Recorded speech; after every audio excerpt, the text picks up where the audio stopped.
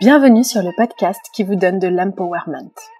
Si vous êtes ici, ce n'est absolument pas par hasard. Je suis Laurita et ma mission est de vous guider vers une vie plus consciente, plus alignée et plus harmonieuse. Je vous diffuse chaque jour de l'inspiration et partage mes réflexions pour vous permettre d'incarner la personne que vous méritez d'être. Si ce podcast vous plaît, je vous invite à le partager, à le noter avec la note qui vous semble la plus juste et à vous abonner pour ne rien louper. Bonjour à tous. Nous allons aujourd'hui parler des 5 règles pour changer de vie et élever sa vie selon Simon Sinek. Cet homme est un exemple de lucidité, de franchise et honnêtement c'est Jean-Michel coup de pied aux fesses. Je vous mets donc directement le lien de sa vidéo dans les notes du podcast et ensemble nous allons étayer un petit peu ces règles, voir comment on peut les implémenter dans nos vies, dans quel cas on risque de faire des erreurs et surtout en quoi elles sont importantes. Je me suis récemment interrogée sur la fonction de ce podcast et je me suis dit que si jamais vous écoutez, je veux absolument que vous en ressortiez avec une information supplémentaire. J'écoute moi-même des tonnes de podcasts et récemment je me suis demandé ce que ça m'apportait, ce que j'écoute religieusement. Parfois c'est simplement des good vibes, parfois ce sont des informations, des témoignages qui en disent d'ailleurs long sur la psyché humaine et je me suis dit, et toi ton podcast, à quoi il sert ? Je pense que c'est un mix de tout, un partage d'expériences, des good vibes, des outils concrets à mettre en place au quotidien. Et il manquait un petit truc. Il manquait le côté fun fact ou le côté le saviez-vous. Merci d'être d'ailleurs toujours plus nombreux, plus d'auditeurs. Merci pour votre confiance et pour vos encouragements qui nous aident énormément à diffuser vos messages. À partir de maintenant, donc, je vais vous partager des fun facts parce que je crois que c'est comme ça qu'on retient le mieux, quand on prend du plaisir et qu'on s'amuse. Et aussi parce que je prends 10 minutes de votre temps chaque lundi à 7h, donc autant que vous repartiez avec des informations inédites. J'ai appris récemment qu'en utilisant votre main faible, c'est-à-dire la main gauche si vous êtes droitier et vice-versa, vous améliorez votre self-control sur le long terme. Parce que ça crée des nouvelles connexions dans votre cerveau et surtout ça vous demande d'être beaucoup plus conscient quotidiennement. Et au cours des prochains épisodes, vous allez voir que je vais vous partager pas mal de choses sur les neurosciences et sur le cerveau parce que c'est comme ça qu'on va s'améliorer, n'est-ce pas ? Donc, fun fact, du coup, direct, saviez-vous que les hippopotames font du lait rose ? Voilà, comme ça, vous n'avez pas perdu votre journée. Et puis, blague à part, vous pourrez aussi trouver des sujets de conversation un peu innovants si jamais toutefois vous êtes coincé. Donc, revenons-en à nos moutons, qui d'ailleurs, le saviez-vous, ont un champ de vision ouvert à 300 degrés qui leur permet de ne pas tourner la tête pour voir ce qui se passe derrière. J'arrête. Bref, donc revenons-en à nos moutons. Voici 5 façons d'élever sa vie. Premièrement, allez chercher ce que vous voulez. Dans la vidéo, Simon Sinek prend l'exemple d'un moment où il était à Central Park avec son ami après une course et il était affamé. Il se trouve qu'il y avait un stand de bagels gratuit devant lequel se tenait évidemment une très longue queue de gens qui attendaient pour avoir des bagels gratuits.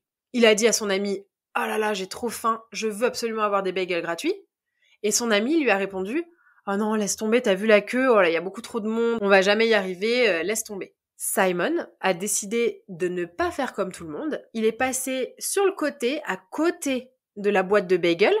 Il s'est servi et il est parti. Personne ne lui a rien dit dans la mesure où il n'a empêché personne d'atteindre ses objectifs, à savoir obtenir un bagel gratuit. Dans cet exemple-là, on se rend compte que son ami était focus sur « Ah là là, il y a trop de monde », alors que lui, il était focus sur « Attends, c'est des bagels gratuits ». Donc ce qu'il faut retenir, c'est que son ami se concentrait sur ce qui l'empêchait d'avoir ce qu'il voulait, quand lui se concentrait sur le résultat.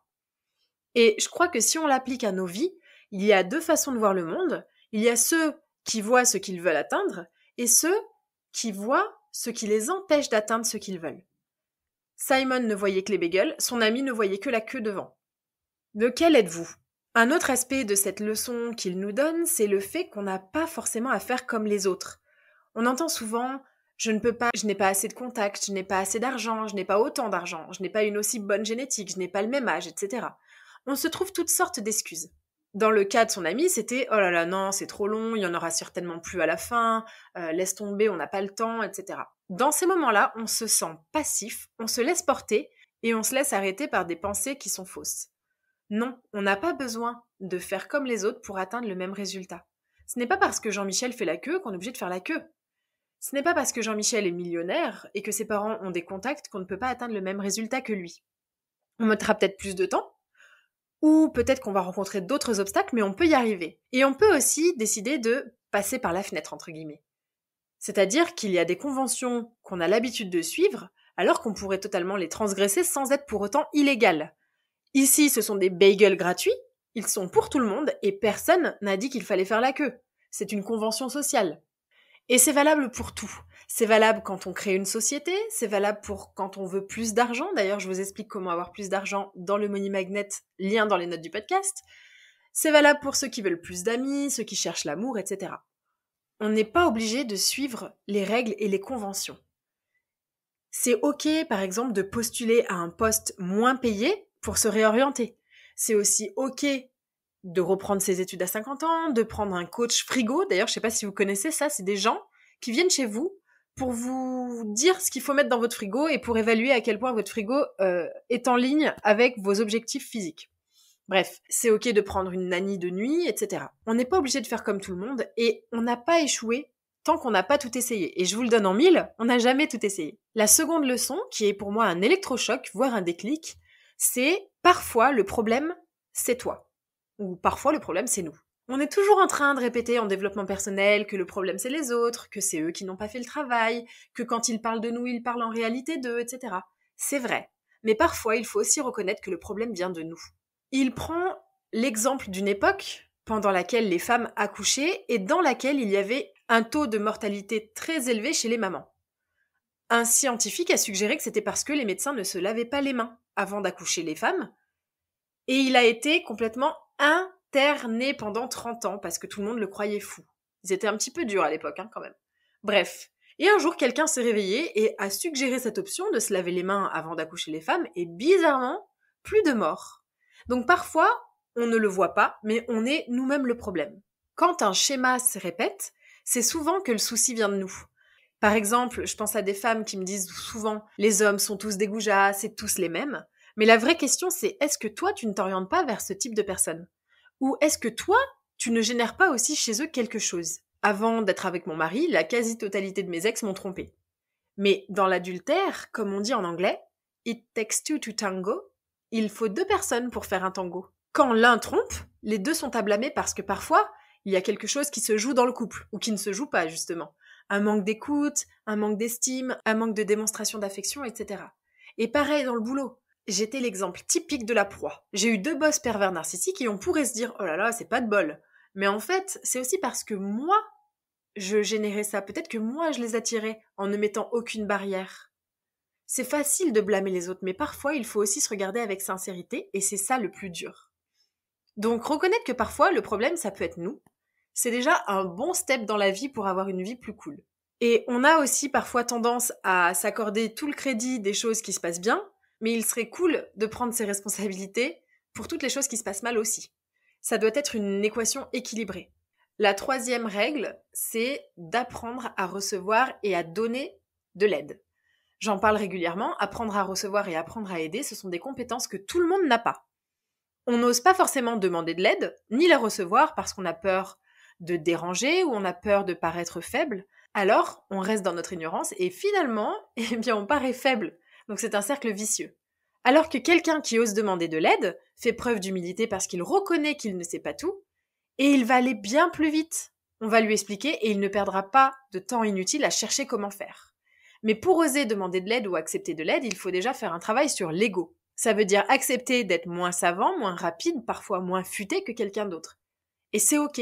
Demander de l'aide, c'est un accélérateur de croissance. C'est comme un champignon dans Super Mario, pour ceux qui ont la référence. Accepter et recevoir de l'aide, c'est une compétence à développer, mais donner de l'aide aussi. Quand je pose la question en coaching, qu'est-ce que tu veux ou qu'est-ce que tu cherches chez un partenaire ? Souvent, j'ai la réponse de « je veux qu'il me fasse sentir beau ou belle, je veux qu'il me soutienne, qu'il croie en moi ». Mais personne ne me répond jamais « je veux le faire se sentir aimé, je veux le soutenir, je veux le valoriser ». On voit la vie avec notre filtre, mais on ne se demande pas ce qu'on apporte aux autres. On espère qu'ils nous soutiennent, qu'ils nous aident, mais on ne le fait pas forcément pour autant. La chose qui rend le plus heureux au monde, c'est de donner. Et ça, on le comprend vraiment quand on le fait. Les femmes entrepreneurs que j'accompagne me disent souvent « mais je ne vais pas donner trop de valeur gratuitement, sinon les gens vont en profiter ». Mais en donnant, on reçoit. En donnant de l'argent, on en reçoit. En donnant de l'amour, on en reçoit. En donnant des informations, on en reçoit. C'est une énergie, c'est un flux constant. Et apprendre à aider, c'est la seule chose qui a le plus de valeur qu'on peut apprendre. Et autre chose aussi dans le fait d'accepter de l'aide, quand on nous la propose et qu'on sait qu'on a du mal, c'est un excellent moyen de se rendre compte à quel point les autres ont toujours voulu être là pour nous, ils ont toujours voulu nous aider, mais ils pensaient qu'on n'en avait pas besoin parce qu'on a toujours fait semblant d'être invincible. Donc c'est également un créateur de connexion. Quand on accepte de l'aide, on va se rendre compte du nombre de gens qui nous aiment. Et évidemment, il va falloir aussi leur montrer qu'on les aime. Lui, il prend vraiment l'exemple de la guerre. Il se dit, on ne peut pas être bon en guerre si on n'aide pas son voisin et si on n'accepte pas de l'aide. Donc, pour cette 3e leçon, vraiment, apprenez à être vulnérable. Je vous en ai fait tout un podcast d'ailleurs. Et apprenez à demander de l'aide pour aller beaucoup plus vite. 4e étape, c'est la plus importante dans le milieu professionnel, vraiment, je le dis tout le temps, c'est le fait d'apprendre à être le dernier à parler. Ça veut dire que vous ne parlez pas tant que tous les membres d'un groupe n'ont pas parlé. Léonard de Vinci disait « Savoir écouter, c'est posséder, outre le sien, le cerveau des autres. » Et c'est le conseil numéro 1 à appliquer même dans toutes les sphères de vos vies. En réunion au bureau, à la maison, en soirée entre amis, etc. Partout. Toujours être le dernier à parler. Parler après tout le monde, ça permet d'une part de contrôler les informations qu'on veut dévoiler, et ça va très bien d'ailleurs avec mon mantra favori de tous les temps, « Information is power ».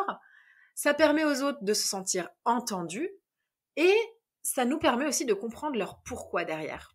Accessoirement, ça évite aussi les gaffes. Ça me fait penser à une conversation avec d'anciens collègues où on parlait du génocide au Rwanda.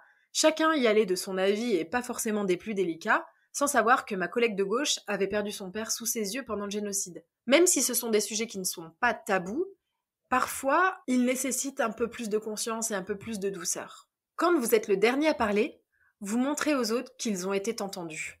Et surtout, vous gagnez le bénéfice d'entendre ce que les autres pensent d'abord. On nous dit beaucoup d'écouter, mais ce qu'il faut faire, je pense, c'est d'écouter, d'entendre, parce que l'un va sans l'autre parfois, et apprendre à garder son opinion pour soi jusqu'à ce que tout le monde ait parlé. Les autres ont le sentiment d'avoir contribué, d'avoir été entendus, et nous, on sait ce que tout le monde pense.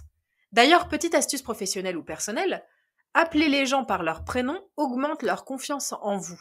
Quand vous rencontrez quelqu'un, vous vous présentez, la personne vous dit « Enchanté, moi c'est Jean-Pierre », répondez-lui « Eh bien, enchanté Jean-Pierre ». Ça va booster la confiance qu'il vous porte. Et 2e petite astuce, parce que sharing is caring, la prochaine fois que vous parlez avec quelqu'un, faites ce petit exercice de ne pas acquiescer, de ne pas hocher la tête. Ça va vous paraître difficile au début, mais vous allez voir que c'est terriblement efficace. Quand on ne fait pas de signe de tête, on ne donne aucune information à l'autre sur ce que l'on pense, et il va donc choisir plus minutieusement ses mots. À la place, posez des questions. Essayez de comprendre qu'est-ce qu'ils sont en train de dire derrière les mots. Donc vraiment, être le dernier à parler dans un groupe, ça vous donne une position de pouvoir incroyable. C'est une énorme compétence à acquérir. Dernière étape, c'est le fait de se souvenir d'être humble. Lui, il prend l'exemple du gobelet en plastique. Vous savez, ces gobelets horribles en plastique, là, dans lesquels on boit du café des fois sur des événements. Eh bien, lui, il prend cet exemple-là et il dit que tout le monde mérite ce gobelet en plastique. Personne ne mérite plus que quelqu'un d'autre le gobelet Swarovski en diamant, avec plaqué or à l'intérieur, etc. C'est vrai pour tout le monde. Pour mes confrères pseudo-influenceurs qui ne se sentent plus parce qu'ils n'ont plus l'habitude de payer quoi que ce soit, pour les managers qui croient que leurs employés, ce sont leurs serviteurs, pour les big boss qui demandent à leurs stagiaires de leur faire du café sans sucre avec une lichette de crème et un biscuit, pour le mec lambda qui estime que sa meuf lui doit le respect parce que c'est une femme. Bref, je pars du principe que je mérite le gobelet en plastique parce que peu importe ma place et mon statut, peu importe mon compte en banque, mon nom de famille ou ma situation, qui suis-je pour estimer que quelqu'un est inférieur à moi ? Quand on vit selon ce précepte, on inspire. Ça me fait penser à Kate Winslet lors d'une interview. Une journaliste lui confie que c'est sa première interview, qu'elle est hyper stressée, et Kate lui dit « Tu vas tout déchirer, t'inquiète pas, ça va bien se passer, tu peux me poser toutes les questions que tu veux, je suis là, on va le faire ensemble. » Je vous mets, si ça vous intéresse d'ailleurs, la vidéo qui est trop cool. Kate l'a fait parce qu'elle sait qu'elle a été débutante un jour et qu'elle aurait aimé qu'on se comporte comme ça avec elle. C'est pas parce que c'est une nouvelle journaliste, elle est toute nouvelle, et que Kate est une actrice reconnue, qu'elle devrait ne plus se sentir et être hautaine. Il n'y a rien de plus détestable que quelqu'un qui se croit supérieur. Et rappelez-vous, comme dirait ce cher Orelsan, que ceux que tu croiseras dans la montée, tu les croiseras aussi dans la descente, parce que tu vas redescendre. Regardez ce brave Ye, Kanye West pour les intimes. Il était milliardaire, et en un scandale, il n'a plus eu un rond. Quand on devient célèbre, quand on devient riche, quand on gagne en seniorité, les gens vont nous traiter mieux, mais attention à bien se souvenir que c'est pas parce que c'est pour nous, c'est simplement pour la position qu'on représente, pour l'argent qu'on représente. On méritera toujours le gobelet en plastique. Et c'est tellement riche comme enseignement. À tous ceux qui ont la grosse tête, ce n'est pas vous qu'on adulte, mais votre titre ou vos followers ou votre compte en banque ou autre. On peut profiter de la célébrité, on peut apprécier le respect, on peut apprécier que les gens nous tiennent la porte par exemple, et on peut en être extrêmement reconnaissant. Mais il faut toujours se souvenir que ce n'est pas pour nous. On se rend bien compte généralement dans les scandales, surtout dans les célébrités, que les gens nous adulent jusqu'à ce que ça soit moins bien vu de nous aduler, et là soudainement il n'y a plus personne. Un mantra qui aide beaucoup, c'est traite tout le monde comme si c'était quelqu'un d'important. Je pense que cette règle peut changer profondément toutes les relations humaines et nous permettre de vivre dans un monde un peu plus doux. Donc si on récapitule, 1. Allez chercher ce que vous voulez, pas la peine de faire comme tout le monde, vous pouvez le faire de votre façon. 2. Parfois le problème, c'est toi, ou c'est nous. 3. La plus grande compétence qu'on doit acquérir, c'est celle d'aider et accepter de l'aide. 4. Soyons les derniers à parler. Et 5. Soyons humbles, toujours. J'espère que ce podcast un petit peu différent vous a plu, et je vous dis à très vite pour un prochain épisode.